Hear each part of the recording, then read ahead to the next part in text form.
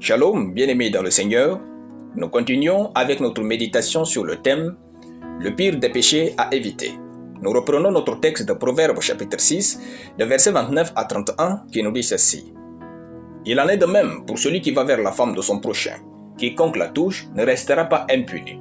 On ne tient pas pour innocent le voleur qui dérobe pour satisfaire son appétit quand il a faim. Si on le trouve, il fera une restitution au septuple, il donnera tout ce qu'il a dans sa maison. » Gloire à Dieu. Dans ce passage, toutes les conséquences du péché sexuel sont présentées de manière sommaire. Rappelez-vous que Proverbe n'est pas le livre de la loi, mais celui de l'enseignement et de la sagesse de Dieu. Lorsque quelqu'un commet l'immoralité sexuelle, il est dit que, si on le trouve, il fera une restitution au septuple, il donnera tout ce qu'il a dans sa maison.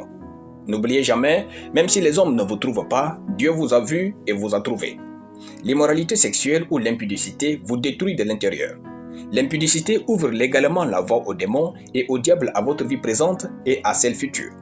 L'impudicité ouvre légalement la voie au diable sur la vie de vos enfants et leur destinée. Les relations basées sur l'impudicité engendrent le mépris, le manque de confiance en soi, la perte de l'estime de soi et la honte. L'impudicité entraîne des troubles émotionnels affectant la santé mentale et le bien-être de la personne qui en pratique. L'immoralité sexuelle change l'éclat du corps de quiconque en pratique et vide celui-ci de toute substance glorieuse. C'est pourquoi vous remarquerez que toute personne qui vit dans le péché de l'impudicité finit par un corps fané, sans brillance, sans éclat et à la limite chétif parfois. L'impudicité rend laid et puant spirituellement et physiquement. L'impudicité crée de la confusion en vous et dans toutes vos affaires.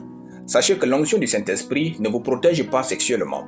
Si vous pensez le contraire, interrogez Samson sur sa vie avec Delilah.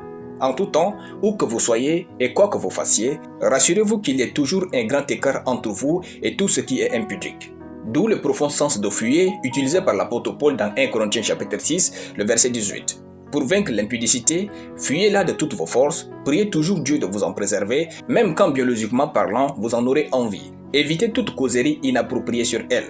Parlez-en avec une personne ointe si vous en êtes déjà victime. Alléluia. Nous allons prier. Merci Père pour ta parole. Je déclare que je fuis l'impudicité au nom de Jésus. Amen. La lecture biblique en une année, Actes chapitre 8 à Actes chapitre 14. Soyez bénis, c'était le pain du ciel.